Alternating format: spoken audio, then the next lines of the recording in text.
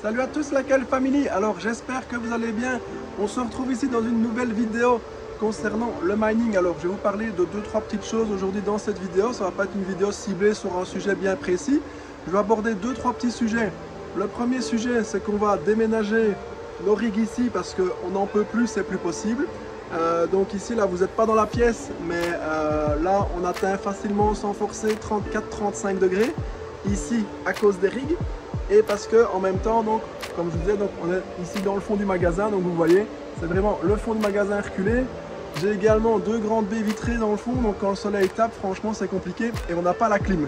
Donc ici, ouais, 34-35 degrés, ce qui fait que de 1, le magasin est en surchauffe et de 2, les cartes aussi sont en surchauffe. Donc ça, première chose, on a donc loué un petit garage pour donc discrètement déplacer tout ça. On a fait venir l'électricien.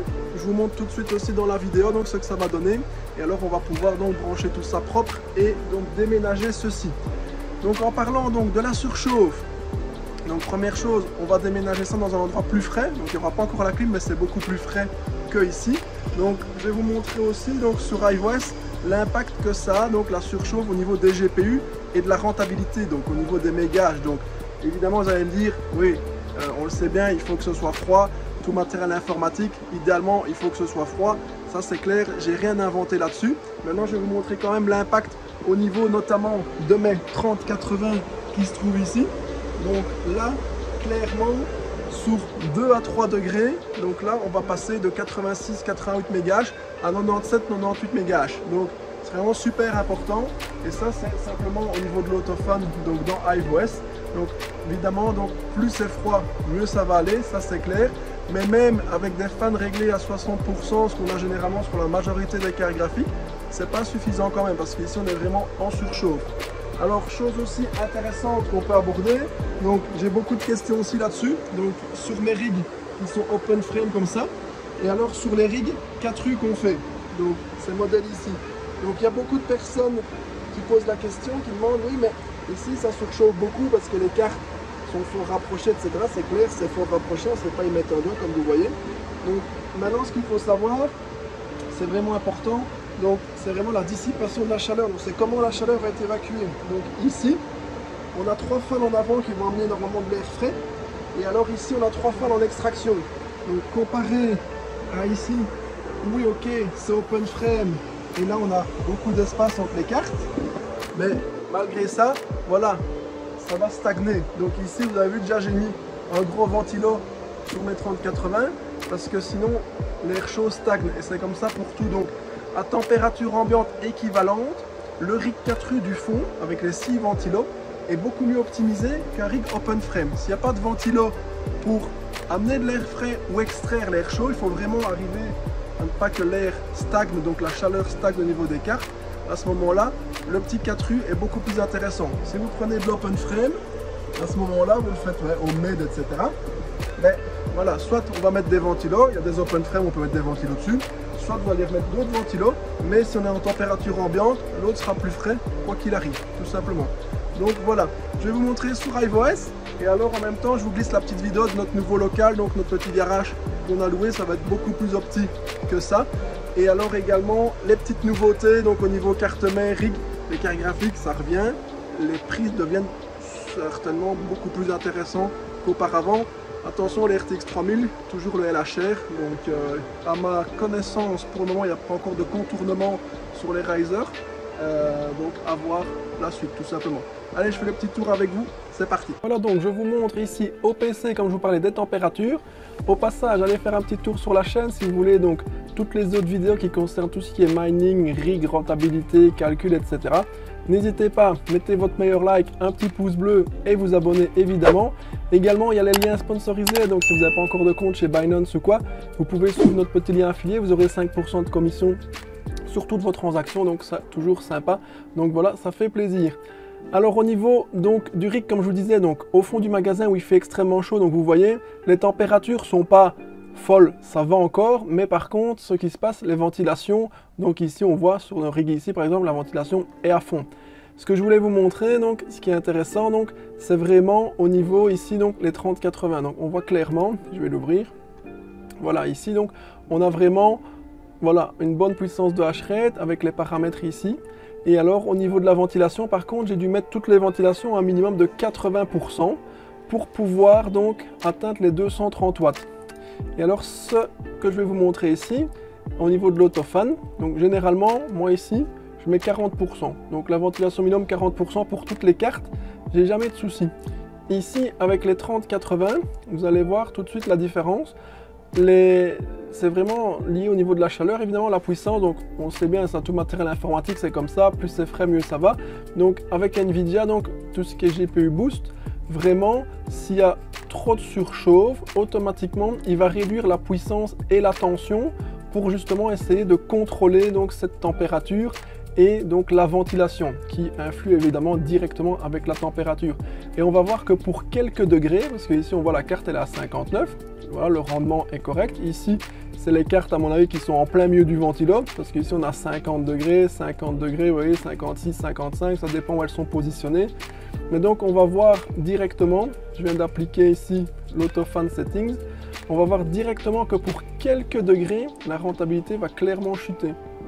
Donc ça va prendre un petit peu de temps, mais alors j'ai des cartes qui tombent donc à 86 voire 88 mégahash, donc c'est assez énorme. On va perdre quand même pratiquement 10 mégahash par carte, donc ça peut quand même aller très très vite simplement pour quelques degrés à cause donc du système de refroidissement et la ventilation. Donc évidemment la pièce est super importante, il faut quelque chose au frais. Évacuation de la chaleur, comme je vous disais, il ne faut vraiment pas que ça stagne. Et alors également, il faut bien vérifier aussi au niveau du système de ventilation des cartes pour avoir le meilleur ratio et les meilleures performances. Donc là, on va voir, vous voyez ici, celle-là, donc on est passé donc à 58 degrés, c'est pas énorme du tout, on a pris 2-3 degrés, on tombe à 222 watts. Donc si on tombe à 222 watts, qu'est-ce qui se passe? Boum, voilà, 96 mégahash, on vient de tomber tout simplement. Et donc on va voir, je ne sais pas si j'aurai le temps de les laisser ici au niveau de la vidéo, ou alors je ferai un petit accéléré pour voir jusqu'où ça chute. Mais donc voilà, on voit 93, donc 222 watts. Ça va continuer à descendre comme ça, carte par carte tout simplement, parce qu'en plus la chaleur va commencer à monter. Donc si on n'a pas le ventilateur en plus, c'est encore pire, la chaleur stagne, donc automatiquement on va encore perdre en puissance et donc en rentabilité. Donc voilà, ici l'autre commence ici, 215. On voit que la première ici qui a commencé 222 watts, on est déjà à 90 mégahash. Donc vous voyez, sur quelques minutes, on vient déjà de bien chuter ici. Les autres n'ont pas encore bougé. Donc on va voir. Vous voyez, 89. Voilà, ça descend. Ça descend, ça descend. Voilà, vous voyez, ça va descendre comme ça, carte par carte. Les autres vont suivre, hein, je vous rassure. J'ai eu le cas sans la ventilation et en jouant avec les paramètres. Toutes mes cartes étaient à 88 mégahash, impossible d'aller plus haut. Donc sur ce rig là, j'ai vraiment dû monter directement le minimum fan speed, donc l'autofan à 80% pour que ça fonctionne dans de conditions correctes. Et vous verrez qu'au niveau température, on n'a pas tellement d'écart, hein, donc ça se joue vraiment à 3-4 degrés. Donc à 3-4 degrés, ben, boum, on va prendre 10 watts et hop, directement, on va perdre 10 mégahash, quoi, c'est assez énorme. Donc vous voyez, 84 ici, juste pour une histoire de réglage, de ventilation et de température ambiante. Donc c'est quand même assez important. Donc voilà, je vais remettre mes paramètres ici par défaut, puisque le rig est en train de tourner. Donc voilà, et alors on va donc déménager tout ça. Je vous referai un petit rapport donc au niveau des puissances, température ou quoi, dans notre nouveau local, donc notre petit garage. Comme ça on pourra voir les différences qu'il existe au niveau de nos rigs, tout simplement. Voilà.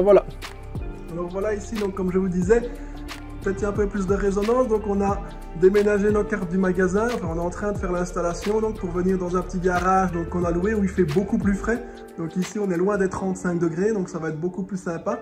On vient de finir, donc l'électricien vient de finir l'installation de tout ce qui est ici goulotte et prise. Donc on a prévu 2 doubles prises chaque fois donc pour nos rigs, puisqu'on va travailler chaque fois avec 2 alimes ou une LC Power, une grosse, mais généralement on va mettre une deuxième parce que nous on travaille sur des rigs de 12 ou 13 cartes. Donc à ce moment-là, on va travailler comme ceci. On va les mettre ici à hauteur. Je ne sais pas encore ce qu'on va faire. Je vais peut-être mettre des palettes au sol avec des bases de gondole ou quoi, juste pour les poser pour que ce soit propre. Et alors, hop, au-dessus, ici, on va installer quand même un petit détecteur de fumée. Il faut être safe, on ne sait jamais. Donc voilà, On est en train de travailler là-dessus, je vous montrerai le résultat final. Donc on va partir de l'autre côté, vous avez vu où c'est le bazar, où il y en a partout. Et on va mettre tout ça ici directement, ce sera plus au frais. Et je pourrai vous montrer aussi les relevés de température quoi, directement. On a fait le déménagement donc, de nos rigs, comme vous le voyez ici derrière moi.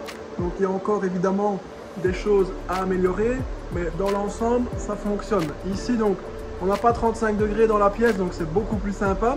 Et alors donc au niveau des températures, je vais vous montrer tout de suite, il y a quand même une certaine différence, donc c'est quand même vraiment sympa, ça fonctionne bien. Pour les 30-80 par contre, je soupçonne un problème au niveau d'une trop grosse surchauffe au niveau soit de la mémoire ou alors peut-être les pattes thermiques de mauvaise qualité ou quoi, parce que donc même sans la ventilation, la température reste correcte, mais alors la puissance est toujours un petit peu donc réduite dès qu'on va monter un petit peu ou qu'on descend donc l'autofan. Donc ici, j'ai quand même toujours laissé un ventilo. Avec le ventilo, pas de souci. La température ne bouge pas, mais donc la puissance remonte. Donc c'est bien un problème, donc pas de température GPU, mais vraiment pour moi un problème donc température au niveau de la mémoire. Ça, je ne l'ai pas dans iOS. Donc il faudra que je vérifie. Prochaine étape, je ferai un remplacement des pattes thermiques. Je ferai en même temps un petit tuto pour ça directement. Donc voilà, je vous montre l'installation ici directement. Alors comme je vous le disais, donc il y a encore donc du boulot à faire en agencement, mais dans l'ensemble, donc voilà, j'ai mes goulottes ici, nickel, parfait. Donc comme ça, je descends ici sur mes rigs, je les ai mis au plus bas, comme ça, voilà, quand la chaleur monte, ben, on est au plus bas directement.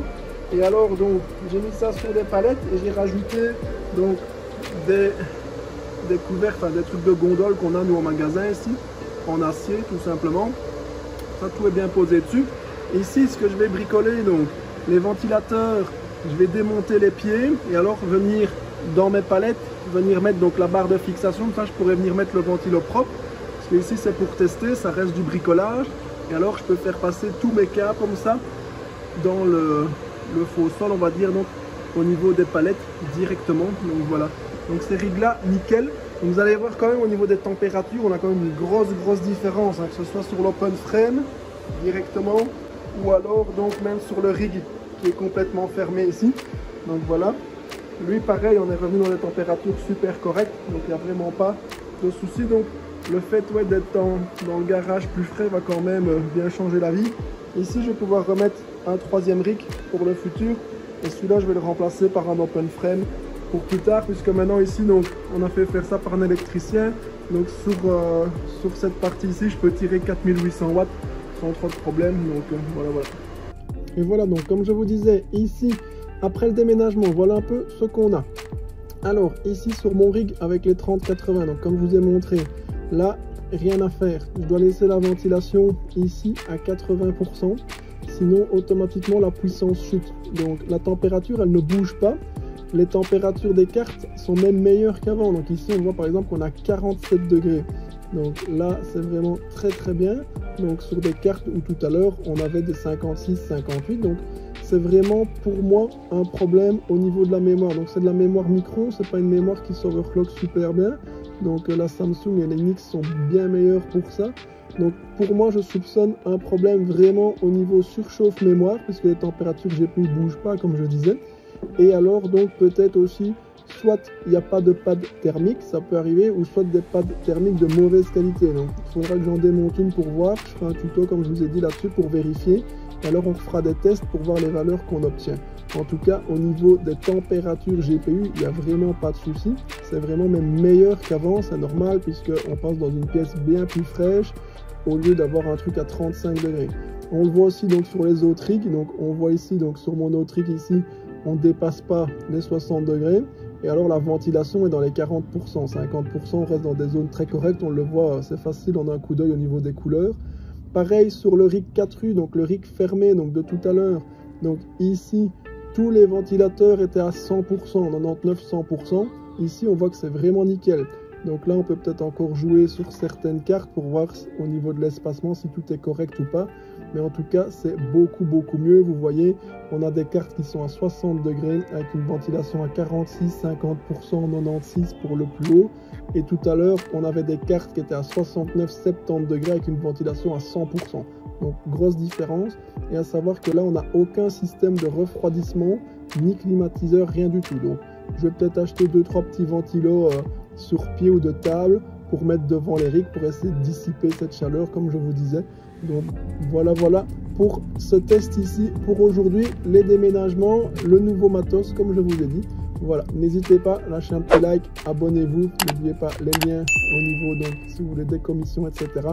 Tout est en description. Alors les petites nouveautés, comme je vous le disais, on travaille maintenant les cartes mères donc chez Biostar, les BTC, donc les TB360 BTC Pro 2.0. Pourquoi? On a arrêté les H110 Pro tout simplement parce que en fait donc les processeurs deviennent introuvables. J'avais acheté les dernières pièces donc en 7e génération, en Celeron et autres, donc maintenant c'est terminé, ça n'existe plus à part sur les marchés d'occasion. Donc voilà, on s'est tourné sur les nouvelles cartes mères ici qui sont en 8e et 9e génération, donc là il n'y a pas de souci, on peut mettre des petits Pentium et autres qui coûtent rien, qui consomment rien, donc c'est beaucoup plus intéressant et on sait les trouver. Autre avantage de cette carte mère, vraiment sympa, très sympa, donc on est sur 12 connecteurs. La H110 Pro est à 13, donc là ouais, on en a un en moins. Mais par contre, ce qui est super intéressant, comme vous le voyez ici, les connecteurs sont beaucoup mieux optimisés. Donc ils sont bien séparés. Que sur la H110 Pro, ils étaient tous serrés les uns contre les autres. Si vous voyez le modèle, dans les précédentes vidéos, j'en ai parlé. Et alors du coup, on devait mettre des petites cales en plastique, on devait jouer, etc. C'était vraiment galère. Ici, maintenant, on s'en moque complètement. Vous pouvez brancher tous vos risers. Donc il n'y a vraiment pas de souci, il n'y a plus rien qui se touche, il n'y a plus de court-circuit. C'est vraiment super. Autre point super avantageux aussi, donc sur la H110 Pro, on devait alimenter ça avec 2 Molex plus encore une prise SATA. Donc c'était vraiment compliqué, il fallait des alims avec beaucoup de Molex, il fallait aussi les adaptateurs. Ici maintenant, pour alimenter les risers, les PCI Express pardon, on va mettre 2 connecteurs PCI Express. Donc ça c'est nickel, avec juste 2 connecteurs, on est parti. Donc ça c'est encore un avantage, c'est vraiment sympa. Ce qui est vraiment bien aussi, si on doit coupler 2 alims, il n'y a plus besoin soit de shorter les alims ou de mettre des adaptateurs ATX ou quoi. On a ATX Power 1, ATX Power 2 directement sur la carte. Donc ça c'est vraiment nickel également. Donc ça, ces cartes là sont vraiment chouettes, on les a mis en route déjà, c'est déjà testé, c'est stable, il n'y a pas de souci. Donc ça, il n'y a pas de problème. On a également de stock, on a des alims, on a des risers, on a des rigs. J'ai aussi des GPU en 2060 là pour le moment également, donc voilà, n'hésitez pas. Et donc voilà, c'est tout pour la vidéo d'aujourd'hui, donc notre petit déménagement, un peu le topo sur les températures et alors donc nos nouveautés que vous avez vu donc au niveau carte mère, etc. Donc n'oubliez pas, vous pouvez mettre votre meilleur like, abonnez-vous, lâchez un commentaire si vous voulez, il n'y a pas de souci. N'oubliez pas également, donc dans la description je mets tous les liens donc pour les affiliations quoi, si vous voulez vous mettre sur Binance, etc. Pour nos amis gamers et autres, c'est pas le même sujet, mais sur la chaîne on fait aussi tout ce qui est setup gaming. On a aussi maintenant des partenariats avec CDK Keys, donc pour des clés, etc. Je vous mets ça aussi donc dans les liens de la vidéo pour avoir des Windows et des jeux moins chers, etc. Donc ça peut toujours servir. Voilà. Niveau matos, donc les cartes mères, on a de stock. Les alims, les LC Power 10 800 watts, on a de stock. Les risers, les CPU, les SSD, la RAM, on a de stock. Les GPU, ça commence à bien descendre au niveau des prix comparé à ce qu'on a vu. Donc avant, donc on avait des 1660 ou des 2060 pour 599, 699. Maintenant, j'ai vu, il y en a déjà qui se baladent à 489, 400 €. Ça commence à redescendre, donc ça commence à être sympa. Et la chair sur les séries 3000, ça ne change pas. Donc ça sert à rien de nous envoyer des messages pour des demandes de rigs, puisqu'on fait toujours donc le montage des rigs, comme ici vous voyez. Donc ça, on fait toujours, mais bon, ne nous envoyez pas pour des 3000 ou quoi, il y a le LHR et on ne sait rien y faire pour le moment, il n'y a rien du tout. Donc on travaille toujours du 1660 Super ou du 2060 ou de l'AMD, tout simplement suivant les prix parce que ça reste cher quand même. Voilà. N'hésitez pas, allez, d'ici là, portez-vous bien, bon amusement, à bientôt, allez, ciao.